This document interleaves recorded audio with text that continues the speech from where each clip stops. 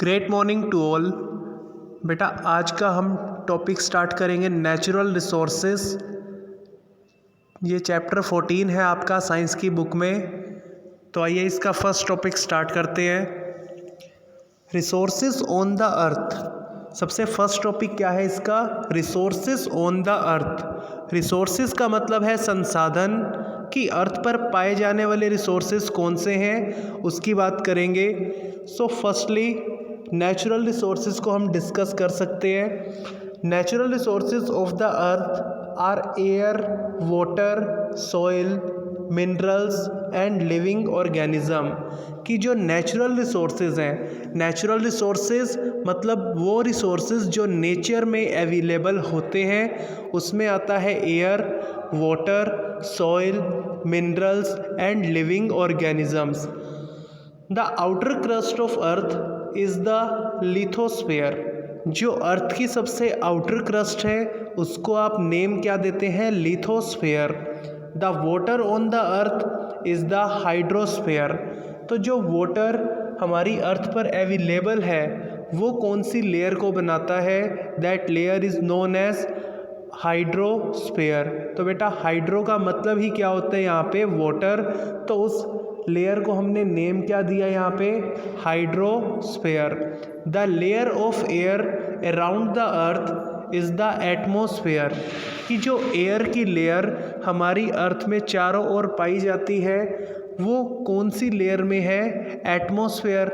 Atmosphere हम किसको बोलते हैं? पर्यावरण को या फिर वातावरण को। कि आपकी अर्थ में जो एयर का एनवलप है उसी को आप नेम देते हैं atmosphere. Living organism are found where the atmosphere, biosphere and lithosphere interact and is the biosphere. So आप दोबारा देखें इस लाइन को। Living organism are found where the atmosphere, hydrosphere and lithosphere interacts is the biosphere. तो living organism उस layer में पाए जाएंगे जहाँ पर ये तीनों आपस में इंटरैक्ट करते हैं, यानी कि जहाँ पर एटमॉस्फेयर, हाइड्रोस्फेयर और लिथोस्फेयर ये तीनों आपस में इंटरेक्शन करेंगे, हम उस लेयर को क्या नाम देते हैं यहाँ पे? बायोस्फेयर। आप ध्यान से देख सकते हैं इस फ्लो चार्ट में आपको तीन अलग अलग लेयर दे रखी है। इसमें येलो कलर की लेयर को हम एटमॉस्फेयर नेम दे रहे हैं, ब्राउन कलर की लेयर को हमने लिथोस्फेयर नाम दिया और ब्लू कलर की लेयर को हमने हाइड्रोस्फेयर नाम दिया।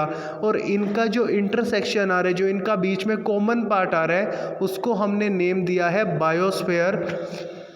ठीक है बेटा, आप फर्स्ट वाले फिगर में भी देख सकते हैं बायोस्फेयर कहाँ पे प्रेजेंट है? लिथोस्फेयर, हाइड्रोस्फेयर और एटमॉस्फेयर के बीच में। आगे देखिए। सो नेक्स्ट पेज है आपका, नेक्स्ट टॉपिक है आपका air.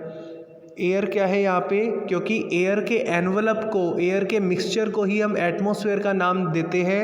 Air is a mixture of gases like nitrogen, oxygen, carbon dioxide, water vapour and other gases. Air कई तरह की गैसेस का मिक्सचर है। इसमें नाइट्रोजन का कंटेंट अराउंड 78% है, oxygen 21%, carbon dioxide, water vapour and other gases तो ये सब 1% की रेंज में पाए जाते हैं। ठीक है, आपको मेनली नाइट्रोजन और ऑक्सीजन की परसेंटेज लर्न होनी चाहिए। नाइट्रोजन सबसे मैक्सिमम अमाउंट में विच इज़ 78% और ऑक्सीजन का परसेंटेज कितना है? 21%। During respiration, living organism use oxygen to break down glucose and get energy for their activities।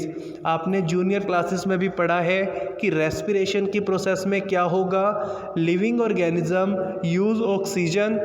Respiration में लिविंग ऑर्गेनिजम्स ऑक्सीजन का यूज़ करेंगे। क्यों करेंगे? To break down glucose, glucose को ब्रेक करने के लिए, and get more energy for their activities. ताकि लिविंग ऑर्गेनिज्म रेस्पिरेशन में ऑक्सीजन का यूज़ इसलिए करते हैं ताकि वो ग्लूकोज को ब्रेक करके एनर्जी को ऑब्टेन कर सकें। This result in the release of carbon dioxide burning of this result in release of carbon dioxide. अब जब ग्लूकोज को ब्रेक किया जाएगा उसके बाद प्रोड्यूस क्या होगा, उसमें से गैस जो प्रोड्यूस होगी उस कंडीशन में उसे हम कार्बन डाइऑक्साइड कहते हैं। Burning of fossil fuel also use oxygen and releases carbon dioxide.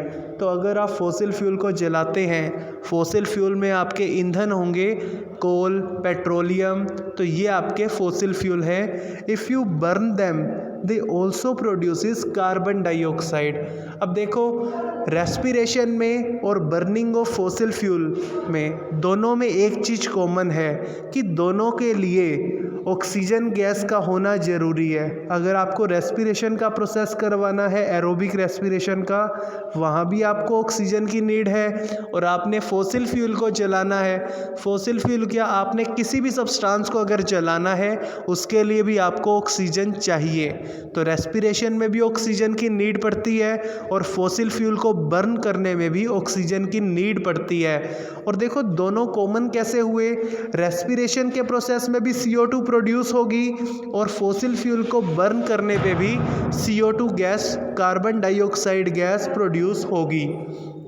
So during photosynthesis, अब देखो रेस्पिरेशन में और फॉसिल फ्यूल को बर्न करने पे आपको क्या मतलब, आपने क्या प्रोड्यूस किया यहाँ पे, कार्बन डाइऑक्साइड गैस। अब इसी को उल्टा कर देंगे तो फोटोसिंथेसिस का प्रोसेस होगा। आपने रेस्पिरेशन में ग्लूकोज से कार्बन डाइऑक्साइड बनाई है और फोटोसिंथेसिस में आप कार्बन डाइऑक्साइड से ग्लूकोज को बनाते हैं। So during photosynthesis green plants convert carbon dioxide into glucose in the presence of sunlight. So photosynthesis में ग्रीन प्लांट्स कार्बन डाइऑक्साइड को कन्वर्ट करते हैं ग्लूकोज में in the presence of sunlight. This result in release of oxygen. So photosynthesis में आपका main product तो glucose होगा which is C6H12O6 and byproduct in that case is oxygen. So this processes help to maintain the oxygen carbon dioxide balance in nature. So these all process help in maintain the carbon dioxide and oxygen in nature। आगे देखिए next topic आपका। So next topic पे है हमारा the role of atmosphere in climate control, कि हमारे atmosphere का क्या रोल है यहाँ पर क्लाइमेट को कंट्रोल करने में। अब एटमॉस्फेयर अभी आपने पढ़ा था, पर्यावरण है atmosphere. Air envelope is known as atmosphere. The atmosphere covers the earth like a blanket. जो आपका एटमॉस्फेयर है वो आपकी अर्थ को कवर करता है like a blanket. Air is a bad conductor of heat. It prevent sudden increase in temperature during the day and also slow down the escape of heat during the night. तो देखो क्या बात आपको बोली गई है, जो एयर है क्या काम करती है यहाँ पे, it prevent sudden increase in temperature. देखो एयर की नहीं, यहाँ पे एटमॉस्फेयर की बात हो रही है। It prevent sudden increase in temperature during the day, यानी कि जो हमारा एटमॉस्फेयर है वो डे टाइम में टेम्परेचर को ज़्यादा बढ़ने से रोकता है, यानी कि वो डे टाइम में इतनी ज़्यादा गर्मी होने नहीं देता। टेम्परेचर को अगर कम किया जाए दैट मीन्स उस केस में गर्मी भी कम होगी। And it also slow down the escape of heat during the night. अब नाइट टाइम में हमारा एटमॉस्फेयर क्या करता है, अर्थ के ऊपर जो हीट प्रेजेंट है वो सारी की सारी हीट को एस्केप नहीं करता। अगर सारी की सारी हीट एस्केप कर दी हमारे एटमॉस्फेयर ने तो उस केस में कूलिंग बहुत ज़्यादा हो जाएगी, टेम्परेचर बहुत कम हो जाएगा। सो उस केस में क्या होगा, नाइट टाइम में एटमॉस्फेयर क्या कर रहा है, एस्केप ऑफ हीट को कम करेगा, और डे टाइम में हमारा जो एटमॉस्फेयर है वो क्या काम कर रहा है, ये सडन इंक्रीज जो होता है टेम्परेचर का उसको होने से रोकता है। प्रिवेंट का मतलब रोकना। ना हमारा एटमॉस्फेयर इतनी ज़्यादा गर्मी होने देता है, ना हमारा एटमॉस्फेयर इतनी ज़्यादा सर्दी होने देता है। So that atmosphere keeps the average temperature of earth Fairlie study during the day and through out the year. यानी कि इस तरह से जो आपका एटमॉस्फेयर है वो टेम्परेचर को मेंटेन करके रखता है दिन के टाइम में भी और पूरे के पूरे ईयर में। द मूवमेंट ऑफ एयर, अब एयर की मूवमेंट को आप क्या नाम देते हो? मूवमेंट ऑफ एयर को हम कहते हैं विंड। सो बेटा अब हमारा टॉपिक है द मूवमेंट ऑफ एयर और इसको हम नेम देते हैं विंड का। तो देखो क्या होता है इसमें, when air gets heated it rises up and produce the low pressure and cool air move into take its place. आपको क्या बोला जा रहा है यहाँ पे? व्हेन एयर गेट्स हीटेड, जब हवा गर्म होती है, it rises up and produce low pressure, यानी कि जैसे ही हवा गर्म होती है ये ऊपर की तरफ आएगी और वहाँ पर एयर का प्रेशर पहले वाली जगह पर कम हो जाएगा। And cool air move in to take its place, और कूल एयर इसके प्लेस पर चली जाएगी। This movement of air causes wind and during the day the land get heated faster than the sea।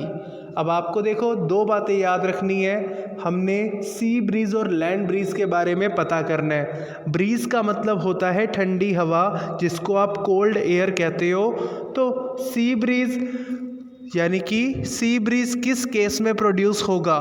जिस केस में अगर सी cool है तो सी ब्रीज प्रोड्यूस होगा, और जिस केस में लैंड कूल होगी तो लैंड ब्रीज प्रोड्यूस होगा। अब देखो लैंड किस केस में कूल होती है? नाइट टाइम में लैंड ज़्यादा कूल होती है सी के कंपैरिजन में, और डे टाइम में सी ज़्यादा कूल होता है लैंड के कंपैरिजन में। सो सी कूल होगा डे टाइम में, तो सी ब्रीज भी कब प्रोड्यूस होगी? डे टाइम में। और लैंड ज़्यादा कूल होती है नाइट टाइम में, तो लैंड ब्रीज भी कब प्रोड्यूस होगी? नाइट टाइम में। सो देखो स्टार्टिंग से पढ़ते हैं इसको। During the day land get heated faster than the sea, कि दिन के समय में लैंड जो होती है वो ज़्यादा गर्म होती है सी के कंपैरिजन में। So the hot air above the land rises up and cool air move from the sea towards the land, क्योंकि दिन के समय में जो हमारी धरती होती है वो गर्म होगी, उस केस में एयर जो है लैंड के ऊपर की वो राइजेज अबव हो जाएगी। And cool air from the sea move towards the land, और जो कूल एयर है, जो कूल एयर होगी सी की, वो कहाँ आ जाएगी? लैंड की तरफ।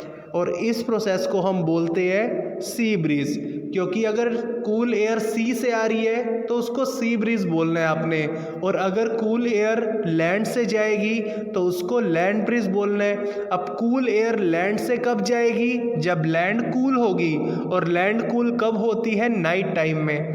सो during the night sea cools down slowly then the land. Night time में सी जो है कूल्स डाउन स्लोली, यानी कि ये धीरे धीरे ठंडा होता है लैंड के कंपैरिजन में। नाइट टाइम में लैंड ज़्यादा ठंडी है और सी कम ठंडा है। So the hot air above the sea rises up and cool air from the land move towards the sea. अब नाइट टाइम में कूल एयर मूव करती है लैंड से सी की तरफ, so that process is known as land breeze. आगे देखते हैं, और इस मूवमेंट ऑफ एयर को ही हमने नेम देना है विंड। इससे नेक्स्ट टॉपिक है बेटा आपका रेन। अब रेन की फॉर्मेशन कैसे होगी इसके बारे में हम पढ़ते हैं। When water bodies are heated during the day a large amount of water evaporate and rises up. जब दिन, आपको पता है दिन के समय में एटमॉस्फेयर का टेम्परेचर ज़्यादा होता है, उस केस में धूप भी निकलती है कई बार, तो ये दोनों फैक्टर किसके लिए रिस्पॉन्सिबल है? वाटर वेपर्स को प्रोड्यूस करने के लिए, कि जिस केस में टेम्परेचर ज़्यादा होगा अर्थ के ऊपर का तो वहाँ पे वाटर वेपर्स प्रोड्यूस होते हैं वाटर बॉडीज़ में से। ये वाटर बॉडीज़ क्या है? इसमें रिवर्स हो सकती हैं, इसमें ओशंस हो सकते हैं, सी हो सकता है। So some water vapour also get into the atmosphere due to biological activities like transpiration. और कुछ वाटर के वेपर ट्रांसपीरेशन की प्रोसेस में भी बनते हैं। आपने ट्रांसपीरेशन का प्रोसेस सुना होगा। Transpiration is that process in which water from the leaves goes into the atmosphere in the form of vapour. कि जो ट्री के लीव्स होते हैं उनमें जो वाटर प्रेजेंट होता है, अगर वो वाटर वेपर बन के एटमॉस्फेयर में चला जाए, that process is known as transpiration. अब आप कहोगे सर उसमें ट्री के लीव्स में वाटर आया कहाँ से? आपको पता है सॉइल के अंदर वाटर पहले से प्रेजेंट होता है, तो रूट्स सॉइल में से वाटर को एब्जॉर्ब करती हैं। और आपने टिश्यू वाले चैप्टर में पढ़ा था, xylem tissue is responsible for transport of water from roots to upper parts of plant. कि जो जाइलम टिश्यू है वो रूट्स से वाटर को लेकर प्लांट के अपर पार्ट्स तक पहुंचाता है, जिसके कारण प्लांट के लीव्स को भी वाटर मिलेगा। And when this water goes into the atmosphere from leaves to the from leaves, then that process is known as transpiration. As the water vapour rises it cools and condense to form tiny droplets of water. अब जब ये water vapour rise करेंगे, दैट मीन्स ये जितनी ज़्यादा height पर पहुँचेंगे, आपको पता है जितनी ज़्यादा हाइट पे आप पहुँचोगे एटमॉस्फेयर से ऊपर, तो उस केस में टेम्परेचर लो होता रहता है, जिसके कारण कूलिंग इंक्रीज हो जाती है। So as the water vapour rises they cools and condense to form tiny droplets of water. कि जब ये वाटर वेपर ज़्यादा हाइट पर जाते हैं तो ये ठंडे होकर क्या हो जाएंगे? छोटी छोटी पानी की बूंदों का रूप ले लेंगे। So this appears as clouds. तो ये हमें क्लाउड्स की फॉर्म में दिखाई देते हैं।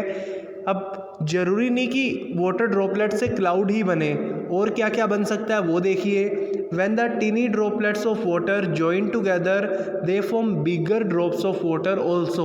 कि कभी कभी ये छोटी पानी की बूंदें आपस में जुड़कर बड़ी बड़ी पानी की बूंदें भी बन जाती हैं। एंड दे फॉल डाउन, और जो अर्थ पर ये गिरेंगी ये रेन की फॉर्म में भी गिर सकती हैं, स्नो की फॉर्म में भी गिर सकती हैं, और हेल की फॉर्म में भी गिर सकती हैं। हेल क्या होता है? यहाँ पे हम कहते हैं ना कभी कभी बारिश में ओले गिरते हैं, तो ओले क्या होते हैं यहाँ पे? हेल। तो बेटा इतना ही करते हैं, ये आपका फर्स्ट टॉपिक यहाँ क्लियर होता है। This is the first part of natural resources. Next video में हम इसका सेकंड पार्ट डिस्कस करेंगे। तो वीडियो पसंद आई हो चैनल को सब्सक्राइब कीजिएगा। Thank you and have a nice day.